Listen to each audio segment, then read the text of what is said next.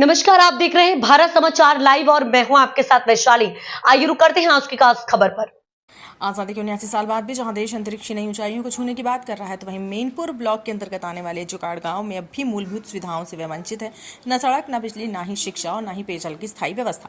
ये स्थिति उस वक्त और ज्यादा विडंबनापूर्ण लगती है जब गाँव के किनारे से ही NH 130 से गुजरता है और वहीं से 36 kV हाई टेंशन बिजली की लाइन भी निकल रही है, लेकिन गाँव के घरों तक अब तक एक बल्ब की रोशनी भी नहीं पहुंच पाई है। ग्रामीणों को नाम मात्र के लिए सोलर सिस्टम उपलब्ध कराया गया है, जो दिन में अधिकतम 2 घंटे ही चल पाता है। इसमें ना तो बच्चों की पढ़ाई हो पाती है, ना ही घर का काम।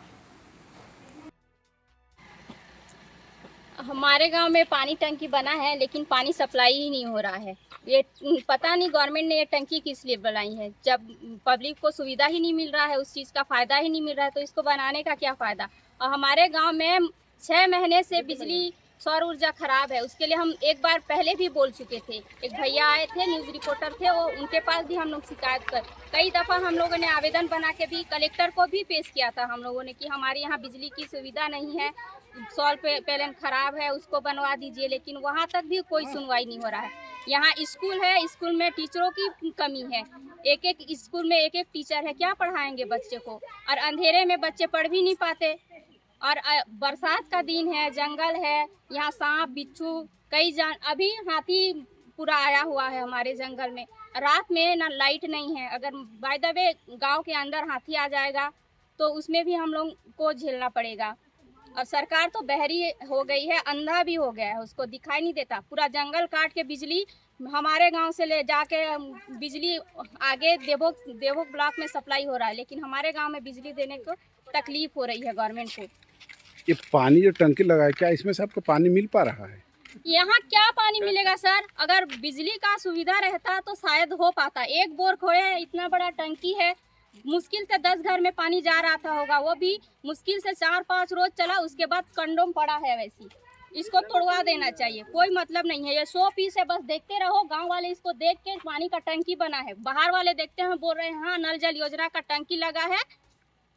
बस इस गांव में पूरी सुविधा है। इस गांव में सिर्फ दिखने के लिए पूरी सुविधा है। कभी आके इस गांव में कोई रहता तो जानते कि इस गांव वाले कितने तकलीफ में रह रहे हैं। मैं जुगाड़ का रहने वाला हूं। मेरा नाम रोहित कुमार नागेश है। 2 दिन बस चला और फिर बंद हो गया है, तो अभी तक चल नहीं रहा है। पूरा नल वल भी नहीं लगा हुआ है, आधा लगा है आधा नहीं लगा है, सब वैसी ही है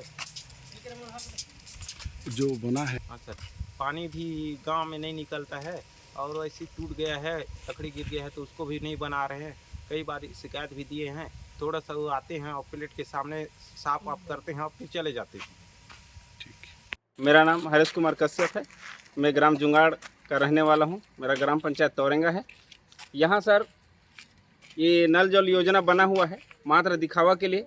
2-4 दिन पानी चला, वो भी यहाँ मात्र वो नीचे जो ढलान है उधर ही पहुँच रहा था पानी। ये सामने घर वाले को तो एक बूंद पानी भी नसीब नहीं हुआ है, और ये दिखावट के लिए बना है। और वो भी टूट बनने के बाद ही जस्ट ये टूट भी गया है सीढ़ी।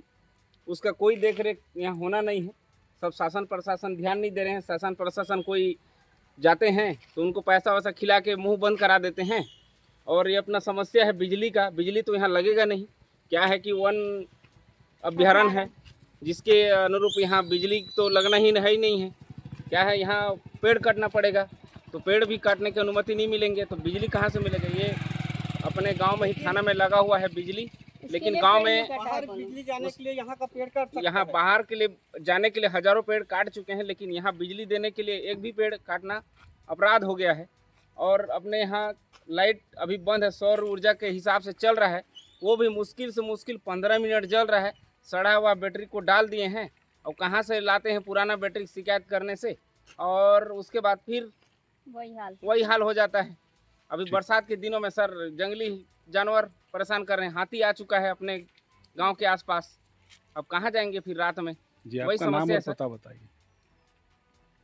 आपका नाम और पता बताइए। मेरा नाम हरेश कुमार कश्यप, ग्राम जुगाड़ का रहने वाला हूँ। ठीक। 1 घंटा जल्दी। मेरा नाम मनोज कश्यप है। मैं यहीं जुगाड़ का निवासी हूँ। और यहाँ पूछते हैं सब कोई आके क्या समस्या है, लेकिन यहाँ समस्या ही समस्या है, कोई सुविधा है ही नहीं। बस एक ही सुविधा है, राशन मिल रहा है, खा रहे हैं, उसके अलावा कुछ सुविधा नहीं है। और क्या बताएं सर, सभी जितना भी दुनिया में प्रॉब्लम है ना, यही है। भारत के आदमी चांद पे पहुंच गए, लेकिन हम लोग अभी भी वही जो वनवासी युग में जी रहे हैं। टाइगर रिजर्व के अंतर्गत अगर कोई भी गैर वाणिज्यिक कार्य करते हैं तो उसमें हमें वन क्षेत्र में अगर गैर वाणिज्यिक कार्य करते हैं तो नियमता जो है हमें वाइल्ड लाइफ क्लियरेंस और फॉरेस्ट क्लियरेंस उसमें लेना रहता है। तो उसमें अगर बिजली विभाग आवेदन करेगा, अगर ग्रामीणों को बिजली पहुँचानी है तो हम उसमें जो है क्लियरेंस के लिए फाइल को आगे बढ़ाएंगे।